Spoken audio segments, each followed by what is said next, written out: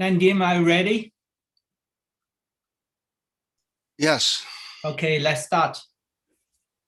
Hello, good morning and good afternoon and good evening. Welcome again to this World River and Delta System Source to Think webinar series.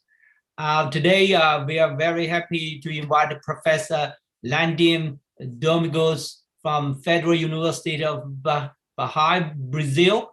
Come here, talk about São Francisco river and the sediment delivery system all the way from the river mouth to the deep sea. Before I introduce Landim, so far this talk series already have 70 talks archived on the YouTube channel. So if you want to use any material for your teaching, for your research, feel free to use it as soon as you give the presenter, the author, a credit. So the link is always tinyurl.com/source2s2s talks. So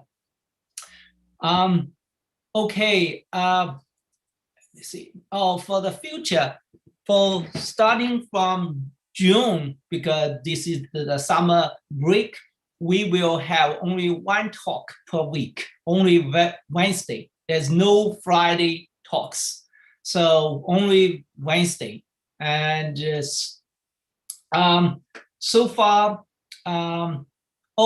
Sophia just tell me she will not be available to give a talk in the June 30th. If anybody, if you have a postdoc student or colleague want to give a talk in the end of the June, Wednesday, the June 30th, please let me know. Okay, so the future talk is like this. As I said, we will have one talk per week. And next week, Stefano will talk about the claniform. He published a fantastic review paper, several review paper about the subaqueous delta, the claniform systems. So next Wednesday. Okay, Landim. As I mentioned, he originally, excuse me, graduate from Federal University of Bahia, Brazil, and get the bachelor and master degree there, and then get the PhD from University of Miami, the marine geology and geophysics program. And now is a full professor in the Institute of Geoscience over there in Brazil, and also the head of the National Institute in Science and Technology on Marine Tropical Environment. So his interest is focused on wave-dominated deltas, particularly in the São Francisco. As we all know, anybody study coastal environment know every time when we mention wave-dominated river delta, we will have to mention the São Francisco. As you can see, he published many papers regarding these issues and also in the Brazil shelf. So today we welcome Landim here to give us a talk about the São Francisco river system. Landim, now you can share your screen.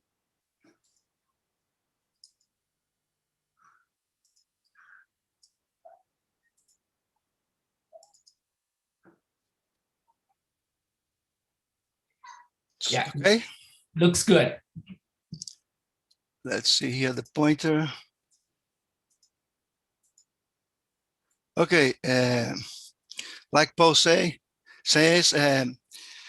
good morning, good evening, good afternoon to everybody. And I'd like to thank you, Paul, for this invitation, and also congratulate him for his initiative in and putting forth in this webinar series on river deltas and major river systems. So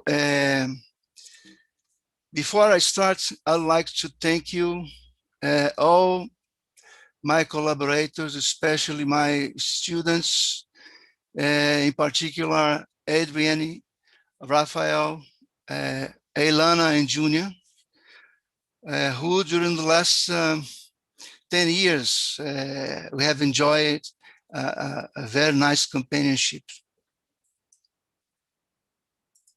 So this slides gives you an idea of this San Francisco sediment delivery system. I won't go through all those numbers, but I'd like to call attention that the San Francisco River is the 4th largest river in South America. It has a drainage basin of around 600,000 square kilometers, an average discharge before construction of the dams of 2,400 cubic meters per second. And this discharge is about the same magnitude of the Nile River. But the Nile River has a very large delta, and the San Francisco has a delta that is just 800 square kilometers. This is one of the smallest deltas in the Brazil coast. By comparison, for example, the Nile River has a delta of more than 2,000 square kilometers. So we will try to investigate why this happened along the stop. So first of all, I would like to call attention that the San Francisco is a Creightonic river. It runs mostly on the San Francisco Creighton. The San Francisco Creighton was part of the Congo Creighton. It was split during separation between South America and Africa. And you can see that this yellow color here represents the quaternary sediments, both alluvial and aeolian sediments. And you can see that there's a lot of alluvial and aeolian sediments in this stretch of the river inside the Creighton. And then you get outside the Creighton, there is almost no quaternary sediments, but for the delta itself. So in 1880, Roberts, which was an American engineer, he wrote that the upper San Francisco is as distinctive from the lower San Francisco as if they were independent rivers. And in all human probability, they will forever remain so. So it's like if we have two different rivers. And possibly there is a decoupling between the upper and the lower catchment. If you look at the longitudinal profile of the San Francisco, you can, Paul, excuse me, I can see my slide here because of those windows of the attendees. So Landy, do you need help? No, I have the names of the attendees. Andrea Chong. So if you click on the top, there is a 1 bar, 2 bar. If you click the 1 bar, it will be just the shrink. Okay, better. Okay, you nice. Get it? Yeah. So it's like we have two rivers. The first river goes from the headwaters up to mostly here Sobradinho, and then the other river goes from the Sobradinho to the coastal zone. So this is a terrestrial sink. It's about 1,300 kilometers of accumulation of sediments. This is a photograph of the river on the Creighton. The alluvial plain can reach up to 14 kilometers in width. And when the river exits the Creighton, it incisors the Precambrian basement, and we have this very narrow entrenched river. Just to give an example of the volume of sediment accumulated in the Creighton area, these are a very large dune field, presented here in yellow, okay? And it has about 6,000 square kilometers in area. This is a field of photographs. So in this dune field, we have much more sand than in the delta. If we have this sand delivered to the delta would certainly be several times larger than it is today. So we are dealing with a river that has a very important terrestrial sink in its upper catchment. There has been also some suggestion that originally the river emptied in the northern Brazil, and since South America has separated from Africa, it has been captured by the headwater retreats of another river draining into eastern Brazil. And this is much more or less corroborated by the continental margin sedimentation, where you can see that until the Eocene, the top of the Eocene is very smooth without much irregularities. But when you get in the Oligocene quaternary sequence, you have this development of this large submarine fan system associated with the São Francisco. And most of the rains coming from the upper catchment. And this is a distribution of the annual rainfall in the São Francisco catchment. And it's very interesting to note that 42% of the flow of the river comes from the rains in the upper catchment, 53% from the middle portion, and just 5% from the lower portion of the catchment. So there is an increase in aridity as you move down the river. Delta plain and clinoform. One very interesting point that I want to make here is that both the present-day delta plain and the subaqueous clinoform were built inside a major depression that surrounds the São Francisco Canyon Red. The limits of this depression in the continent are very linear sea cliffs, and on the shelf are those submarine scarps that in the outer shelf can reach up to more than 10 meters high. Okay, the plain is comprised mostly by Holocene beach sediments. We have also some dune fields, both active in white and inactive in this dark brown color. The alluvial plain is very narrow, and it has been constructed by lateral migration of the São Francisco River. We also have some deposits, this orange color here, which dates from 120,000 years ago and was associated with the last interglacial. On the shelf, you can see the Heiselberg, which shows a very nice clinoform, and sedimentation here is essentially very fine grained sediments. The depression is bordered both to the northeast and the southwest by reef bottoms, and sedimentation here is essentially a carbonate sedimentation. And the sediments that we have here are bioclastic sands and gravels, and the major constituents are red coralline algae. So these are some lines of the clinoform. Sherp,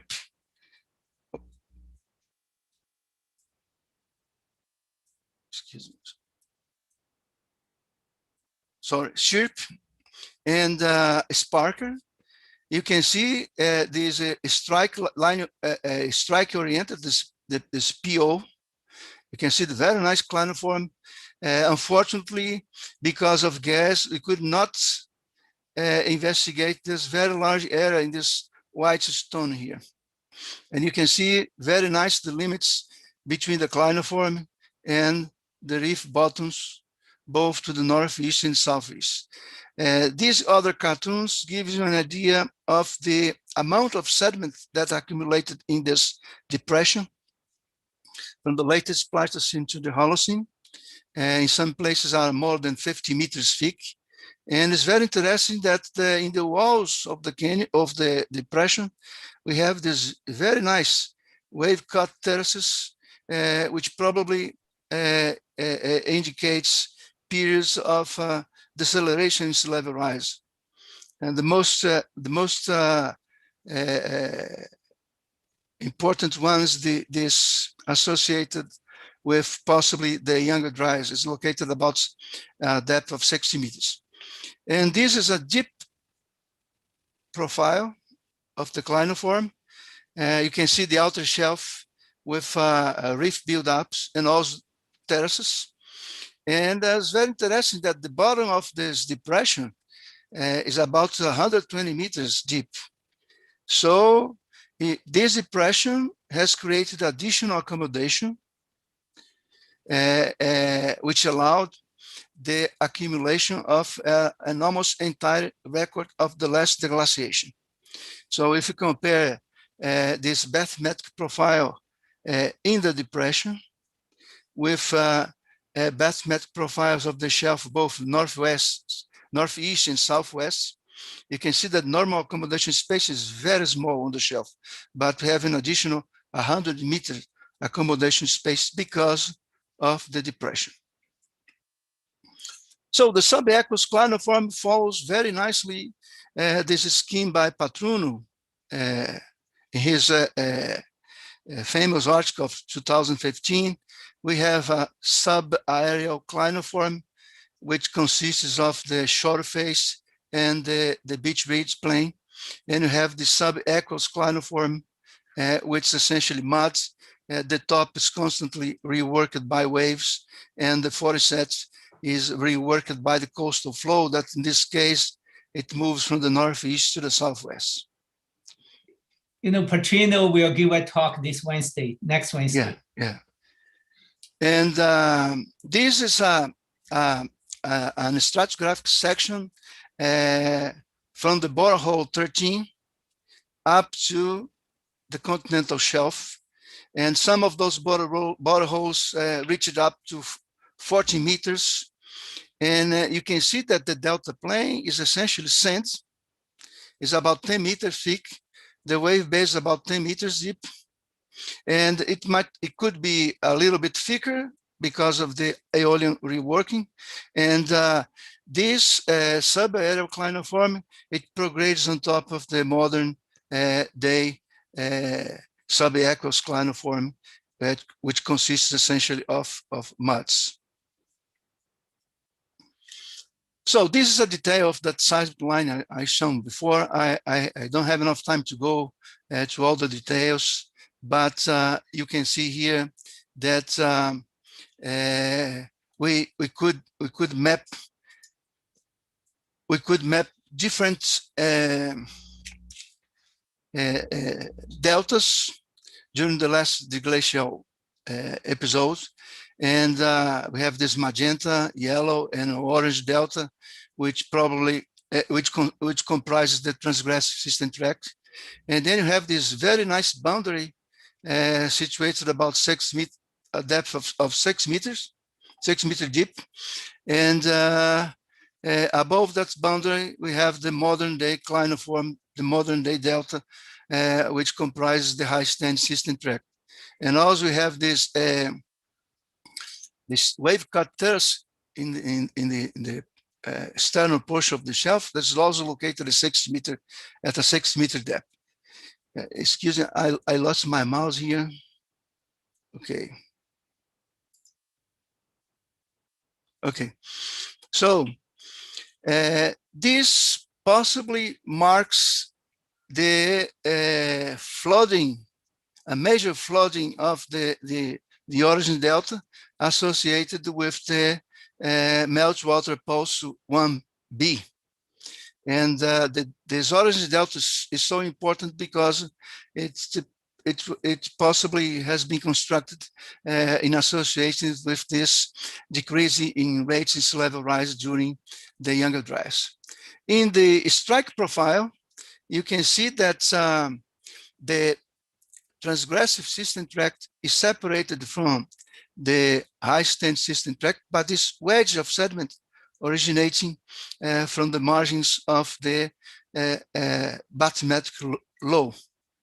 So this was a very significant environmental change in delta construction that was interrupted by the meltwater pulse 1B. So moving to the delta plain now, we map different beach ridge sets represented here in different colors, 6 beach ridge sets. This is a wave climate, okay? And we found that during those episodes, at least the episodes 3 and 4, the beach ridge sets 3 and 4, during construction of the delta plain, the river mouth migrated updrift. The regional longshore transport is directed from northeast to southwest. But during construction of those 2 beach ridge sets, the 2 and the 3, the river mouth migrated updrift. In this case, almost 10 kilometers updrift against the regional longshore transport. This has been interpreted as a result of a period of very large sediment supply to the delta plain. After each episode of updrift migration of the river mouth, it moved back to a more south position, and then the next episode, it migrated again against the longshore drift. So we put this cartoon trying to explain how this migration takes place. So we have here reef, the longshore transport, and after major floods, most of the sediment accumulates in the downdrift side, and this mass of sediments then reworked by waves, and it causes a divergence in the transport, and some of the sediment move back to the interior of the river mouth. If you repeat this many times, we end up having a downdrift migration of the river mouth. Excuse me, we will have an updrift migration of the river mouth. This is also very nice illustrated by the Parnaíba River in northern Brazil, where you can see successive positions of the shoreline migrating updrift against the regional longshore transport. And you can also see this in the São Francisco. This is a photograph of 1980. This is a large accumulation of sediment after the major floods of 1979. And you can clearly see here there's divergence in longshore transport. And also this phenomenon has been modeled by many authors, especially Nian Hughes, which shows that for low river discharge, the river tends to migrate downdrift, but as you increase the discharge, the river will migrate updrift. The next episode, one important aspect here is that as the shoreline prograded in the deltaic plain, the updrift shoreline rotated counterclockwise, and the downdrift shoreline rotated clockwise. So the consequence of this is that longshore transport in the updrift side will decrease through time, and will increase through time in the downdrift side. Today, the longshore transport in the updrift side is just 50,000 cubic meters a year, whereas in the downdrift side is 350,000 cubic meters a year. And during the construction of the next beach ridge set, the 5, you can see that most of the sediment was transferred in the downdrift direction. Almost no sediment was transferred updrift because the updrift shoreline is very close to an equilibrium shoreline with an almost zero net longshore transport along the year. During construction of this beach ridge set, also we have a very large discharge because you can see here have a series of cheniers separated by mangrove swamps in a spatial pattern very similar to what we have in Brazos River, in the Brazos River Delta in the Gulf of Mexico. So what caused those episodes of increase in rainfall in the catchment of the São Francisco? Rainfall in the interior of Brazil is controlled by the South American monsoon system. During summer, the ITCZ migrates south, and we also have a transport of humidity toward the interior of the continent. And that's when we have rains in the Amazon. And part of this humidity reaches the coastal zone and gives origin to what we call a South American convergence zone. And you can see this rainfall during the summer months. And you can see that during summer, the rainfall concentrates in the upper catchment. In these two locations, we have studies that has been conducted by Novello and Strix in speleothems. And this is a record of speleothems in the Iraquara cave and the record of the speleothem in the Lapa Grande cave. In this graph, also we have plotted the bond events, represented here by the percentage of hematite standard grains. So the more negative the del-18 in the speleothems, the more rain, the more humidity we have in the location of those two caves. When you plot the ages of the different beach ridge sets, we can see that they coincide with periods of increased rain and humidity in the Lapa Grande cave and also in the Iraquara cave. And also those periods of increased rain in both in the Lapa Grande and Iraquara, they corresponds to those bond events when the northern hemisphere cooled and pushed the ITCZ south. So we can say that construction of most of the plain was climatic controlled because of this specificity of the catchment of the São Francisco River. If you move for a more recent time, you can see that from 1,000 years from now, there has almost no accumulation along the delta shoreline. This is the beach ridge set 6. Okay, and if you compare, for example, this map from 1853 to the photographs of 1960, this red shoreline, the red line shows the shoreline 96, you can see that there has been almost no change in the shoreline. So it means that during a period of more than 100 years, the shoreline was maintained approximately in the same position, no progression or retreat of the shoreline. If you look now at the instrumental records of the river discharge, this is an annual discharge for the São Francisco at Gozing Station Piranhas, which is located 200 kilometers upstream. And you can see that during this interval of almost 100 years, we have 3 periods of average to below average discharge to decreasing discharge, you can see, and only 2 intervals of time from 1942 to 1950 and from 1978 to 1986 of much larger discharge than the average.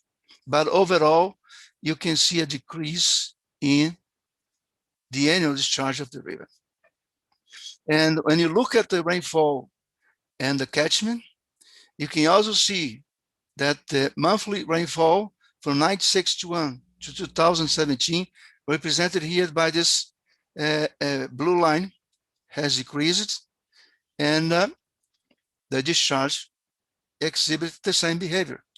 So from 1961 to 1990, there has been a decline of more than 25% in rainfall in the northeastern region of Brazil, and predictions of the underway climate change scenario, that it will be an additional reduction of almost 35% in the catchment, the São Francisco catchment, by the year 2008, relative to the 1961-1990 average.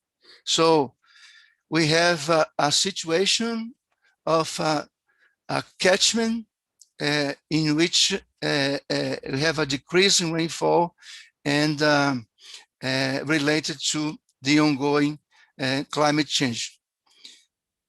Now, during this period when rainfall was decreasing, was the period when major dams have been constructed in the São Francisco.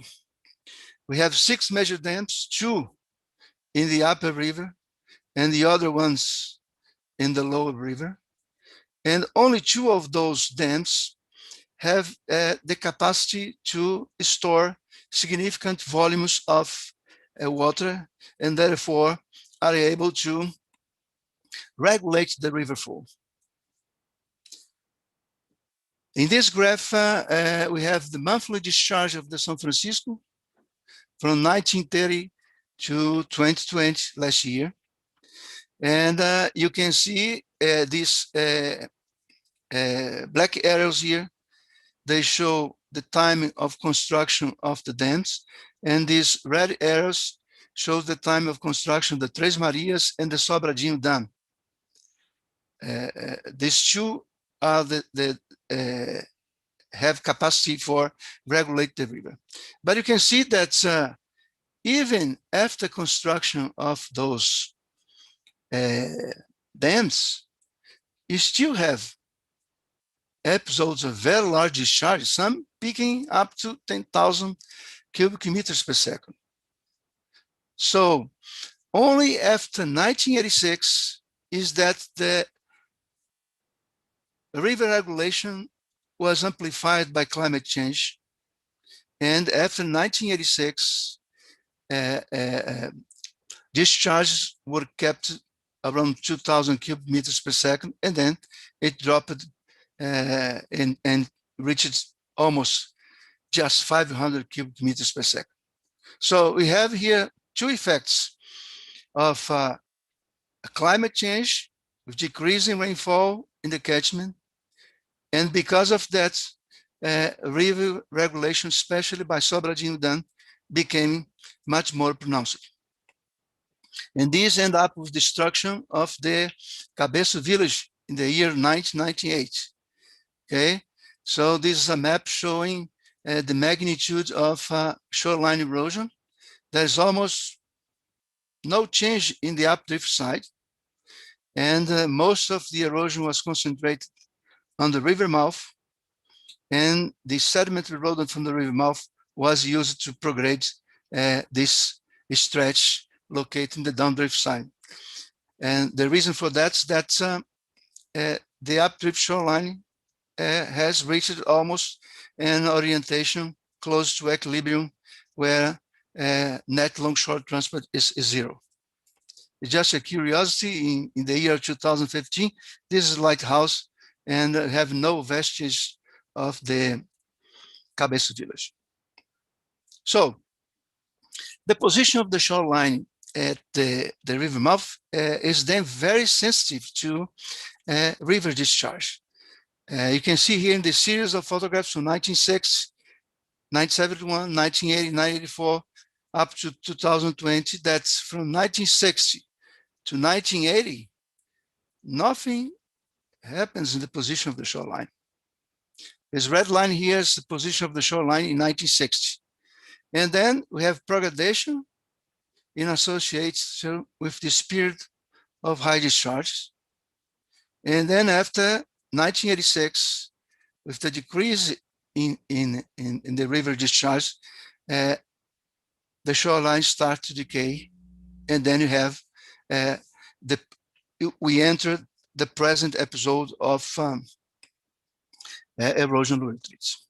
So it looks like that erosion at the São Francisco River mouth is not caused by retention of sediments in the dams, but because of the regulation of the river, which is a result of a combination of regulation of the river, which decreases the discharges, and as a result of a combination of climate change and regulation of the river. So the low river course, the last 8 kilometers upstream from the river mouth, has a lot of sand in the riverbed, but this sand cannot be moved because the river is kept in a constant state of backwater with low flows. We don't have floods anymore to remobilize the sand and deliver it to the river mouth. So we decided to take a look at the Sobradinho Dam to see what happens with sediment in Sobradinho Dam. Sobradinho Dam has a total area of, this is the dam, has a total area of 4,000 square kilometers, but an average depth of just 8 meters. This is because the reservoir flooded essentially the river plain. So this is a satellite image before dam construction, and this is after dam construction. And you can see that what has been flooded here was essentially the floodplain. So we did some surveys on the Sobradinho Dam, boomer, side scan sonar, ship, took some cores. And initially, it has been predicted that the reservoir life of the São Francisco would be 150 years. But what we found is very different from that. These are some records of the riverbed. We could not navigate along the riverbed because there's a danger for navigation outside the riverbed because it's very shallow. And you can see this very nice horizon here. And on top of this horizon, you have this sand waves, 2D sand waves with relatively steep climbing angles. When we took a core on those sand waves, we have very fine sands and just 30 to 40 centimeters of mud. So we believe that these sand waves were formed during the deceleration of the river when the reservoir was being filled. And it took place very fast. So this is a graph showing the level of the reservoir.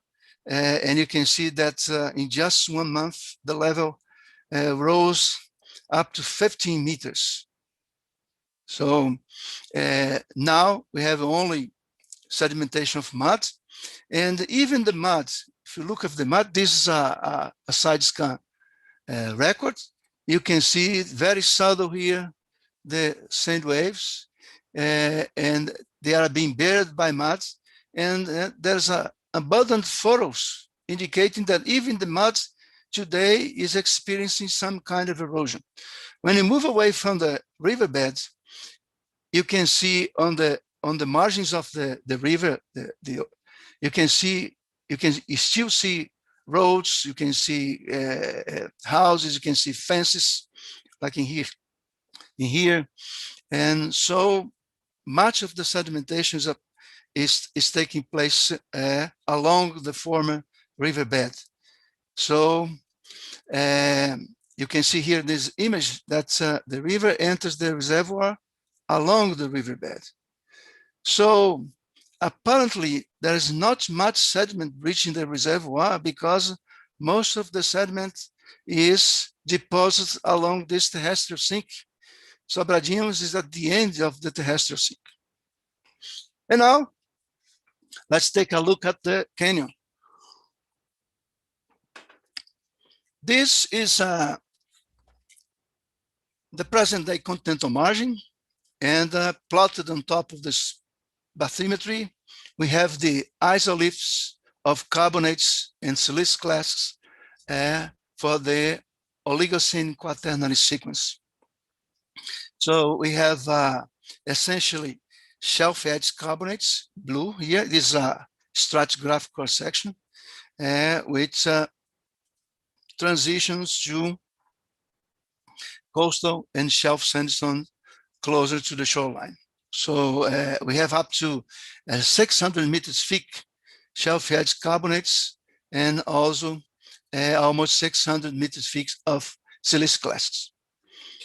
Kainelli in 1994 has reported that the youngest sediments cut by the canyon are of Pliocene Quaternary age, and has proposed an early Quaternary age for the São Francisco Canyon, the modern São Francisco Canyon.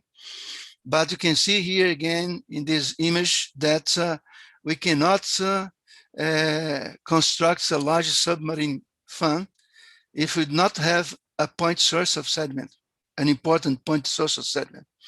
And this is exemplified by the fact that Japaratuba Canyon, which is as large as the São Francisco and indents the shelf also in the same magnitude of the São Francisco, has no submarine canyon associated. So the São Francisco somehow has played an important role in the development of this large submarine fan, sometime after the Oligocene. We did some multi-beam survey on the canyon head and also on the upper slope. You can see here there are several canyons in the slope. Some of them reach the shelf break, but the São Francisco is the most important one. In light green, we have the alluvial fan, the submarine fan, and we also mapped an abandoned São Francisco distributor, São Francisco Canyon distributor. The brown represents mass movements, and there's light brown areas represent terraces in the margins of the canyon. These are longitudinal profiles of the canyons and of the São Francisco Canyon. The canyons that are restricted to the slope are very steep, but the São Francisco is much more gentle. And you can see that at the point where the São Francisco Canyon emerges in the slope, right here in the shelf break, the water depth are up to more than 700 meters. The longitudinal profile of the abandoned distributor is almost very similar to the one of the São Francisco. Also like to call attention that if you look at the entire South Atlantic Ocean, there are only two canyons, the São Francisco in Eastern Brazil and the Congo in Western Africa, that currently indent significantly the shelf and are directly connected with fluvial systems, okay? If we look at those profiles oriented cross canyon,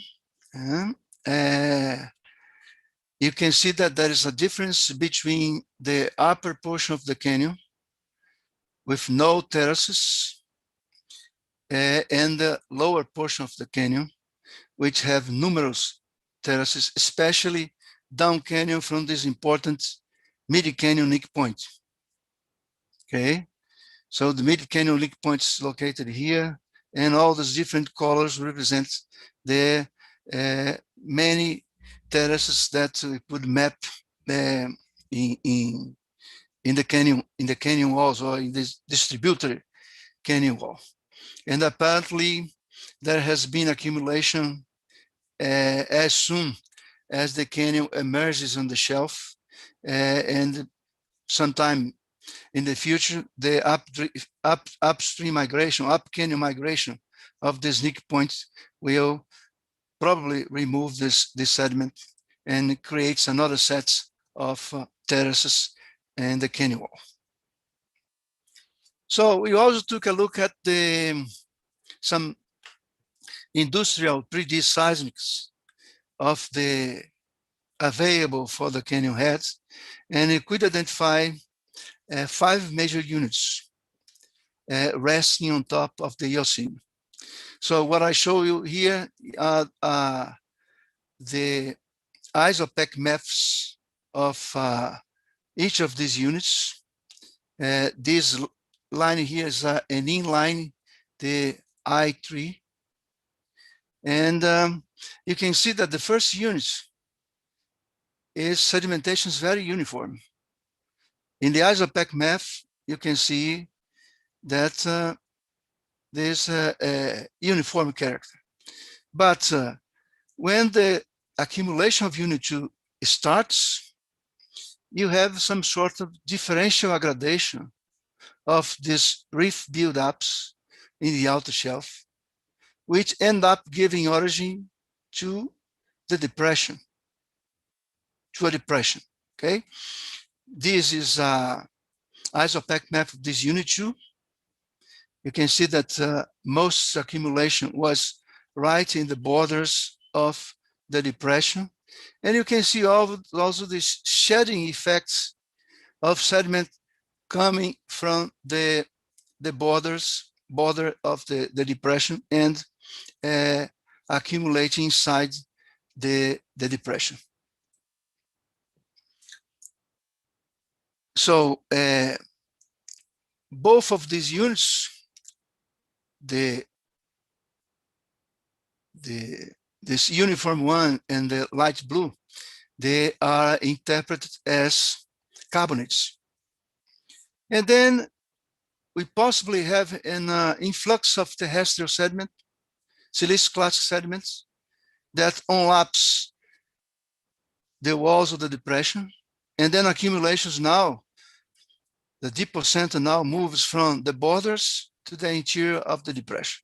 And finally, we have this most recent unit, which is the present day delta, okay, embracing the canyon head. So it looks like that the inception development of São Francisco has apparently resulted from a combination of multiple factors, which includes a major continental drainage reorganization, which caused the São Francisco to empty into an otherwise starved shelf bordered by thick shelf edge carbonates. This still need to be tested. We also have a fall in status level since the mid-Miocene high stand that brought the source of silicious sediments closer to the shelf break. This might also have helped in development of the canyon. You see all this brown area here.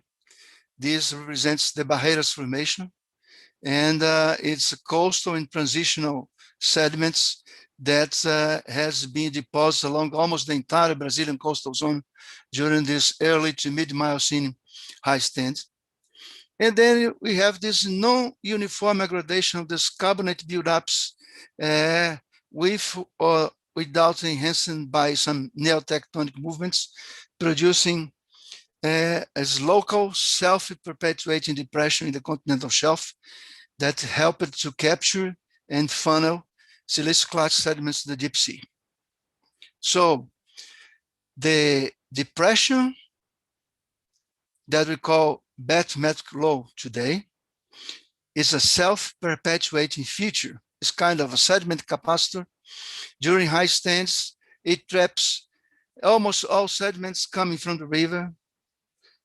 And so during the high stand period today, we have the subaerial delta in decliniform, and possibly on the shelf, both north and south of the depression, we have aggradation because carbonate sedimentation.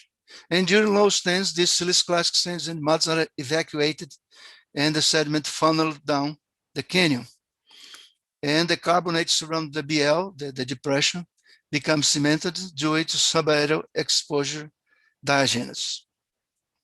So how this relates to the delta itself? Unfortunately, we have just one piston core that we took at a depth of 1,200 meters. Is a 3.5 long piston core. In the bottom, we have nice finely grained tubidites. Then it grades up core for laminated sediments. And then the rest of the core is essentially lumps.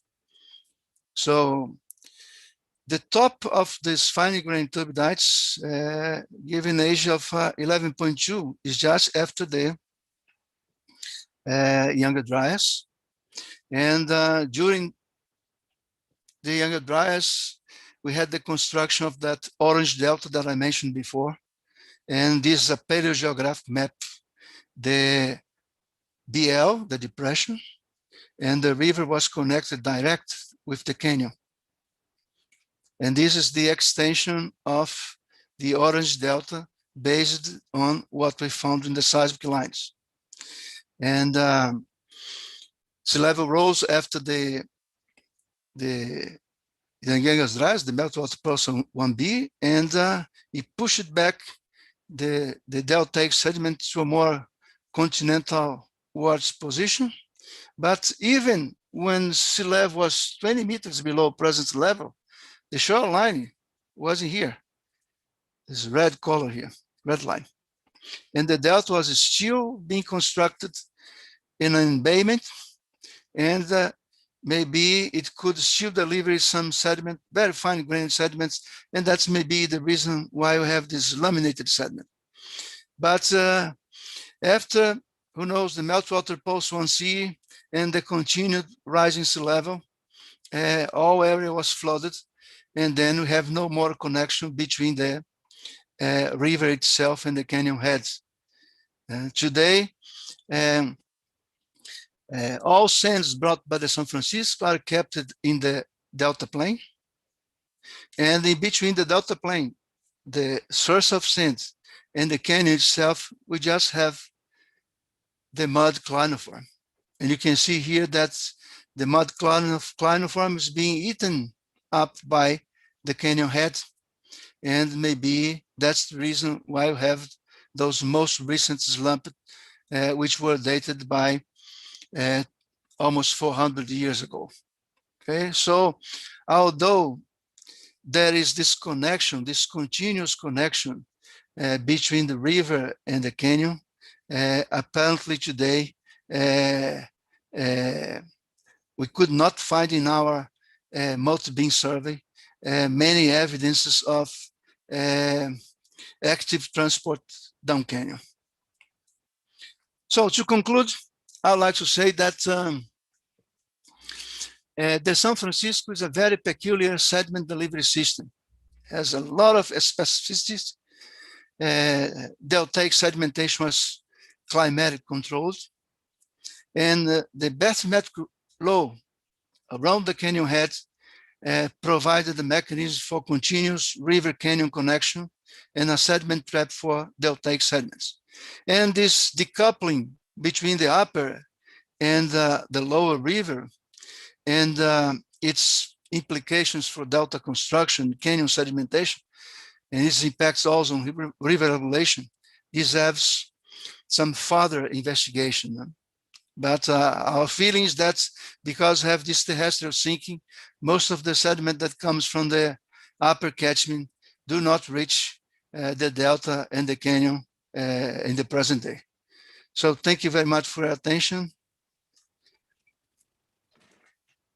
Landim, this is a fantastic talk. So all the way from the source, you talk about climate, you talk about the dam, the reservoir, and also the delta, the Chinook, the sea level rise, the progradation during the Holocene, and all the way to the deep sea, the canyon. That this is a perfect source to think example talk. Wonderful, wonderful. Thank you. I learned a lot. So, thank you very much. So if you have any question, so now you are able to unmute yourself and just ask a question directly.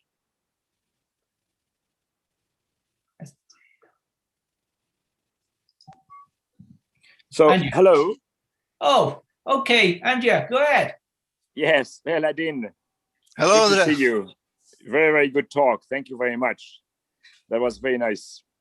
And because I never really heard you giving such a general talk, so I learned a lot.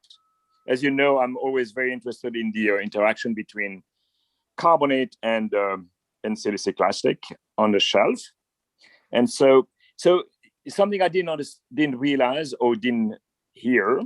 So when is the switch from the carbonate to this first initiation of the delta? Is that sometimes after the middle Miocene? Is that what you are saying? Yeah, we do not have a date on when we have this switch. We know that it occurs after the Oligocene, but we don't know exactly when these silicious clay sediments start to arriving at the region. But during even today, from the Oligocene to the present, we still have this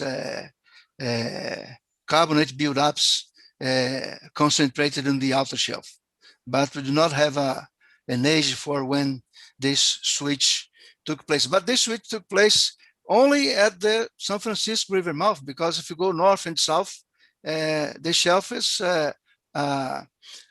transition silicious class carbonates. Yep.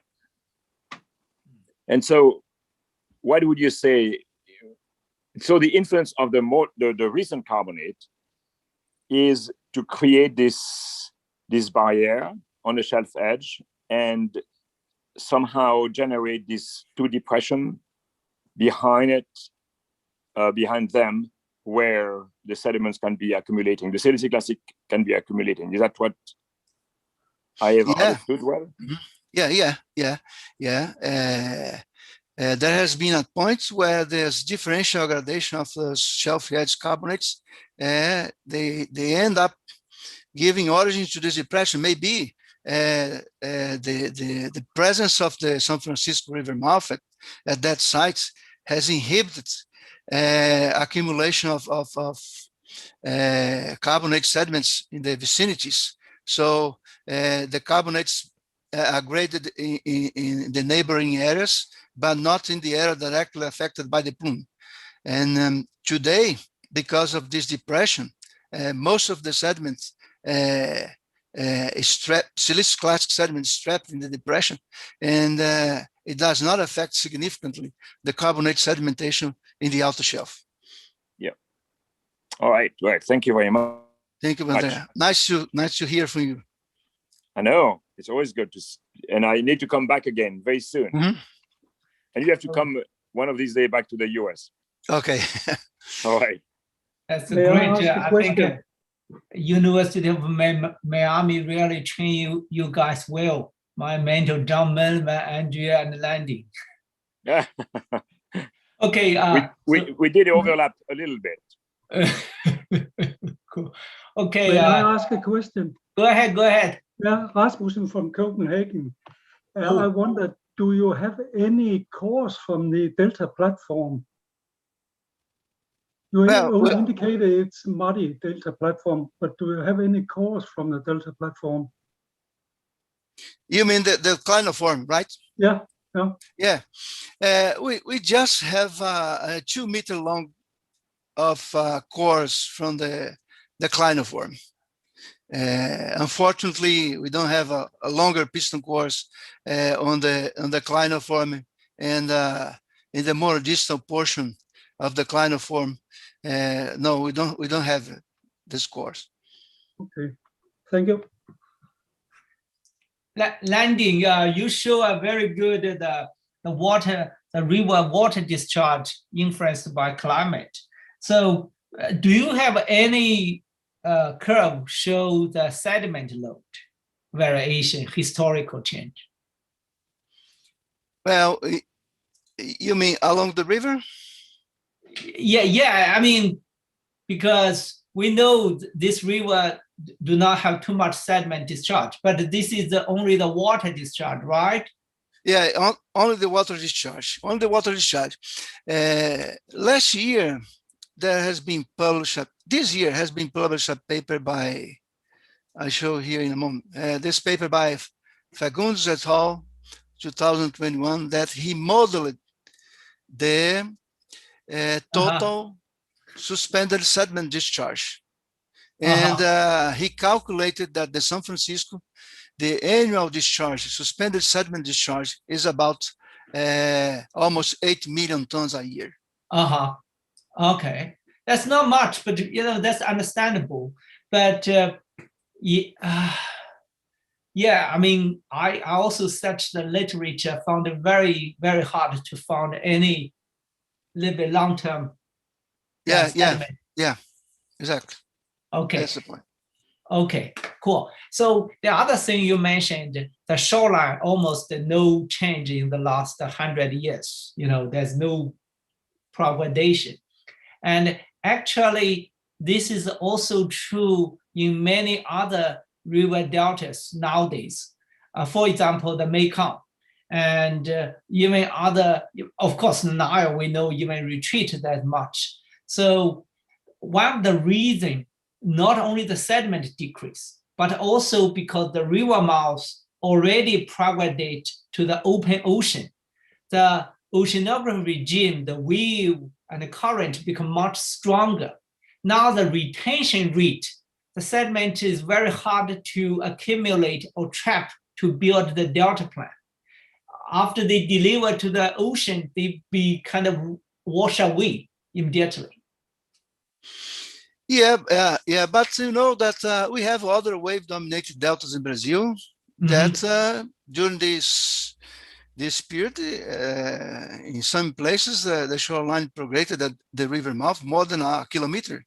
Oh, okay. Okay, that's the case of the Jequitinhonha River. And also, there's no way for the sands that the São Francisco brings to the coast to escape because of this bathymetric flow. If you look here, okay, you see these are the limits of the bathymetric flow. Yeah. And the sand that the river brings is kept in place. Actually, the river, the shoreline loses a lot of sediment because of these dunes, the oil and dune fields. Yeah. But you may be right. As the delta progrades, it faces higher and higher energy, and then progradation rates will naturally decrease. Yeah. And okay, that's interesting. And also, I mean, not so many this kind of river have that kind of canyon attached. This is one of them, very interesting. Like you said, in South Atlantic, the Congo River is the other one. That's interesting to see. So, but do you know roughly how much sediment every year was able to escape into the canyon? No idea. No idea.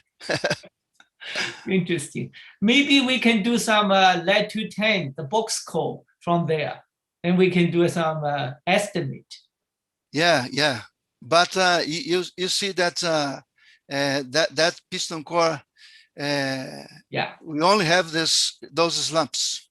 Yeah. We don't have turbidites. And Petrobras some time ago, they took some piston cores down canyon and just slumps. Oh, I see. Okay. Any question from the audience? Anybody? Very good. I see Stateg here.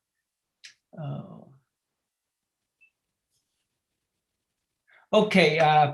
So if no way maybe I need here, I know there's more than 10 people watch your talk on the YouTube channel also. So that's great. Thank you, Landim. It's a fantastic. I think this is a great talk. I learned a lot in that river systems. Definitely is great. Okay. Okay. Yeah. Thank you very much. Thank you very much.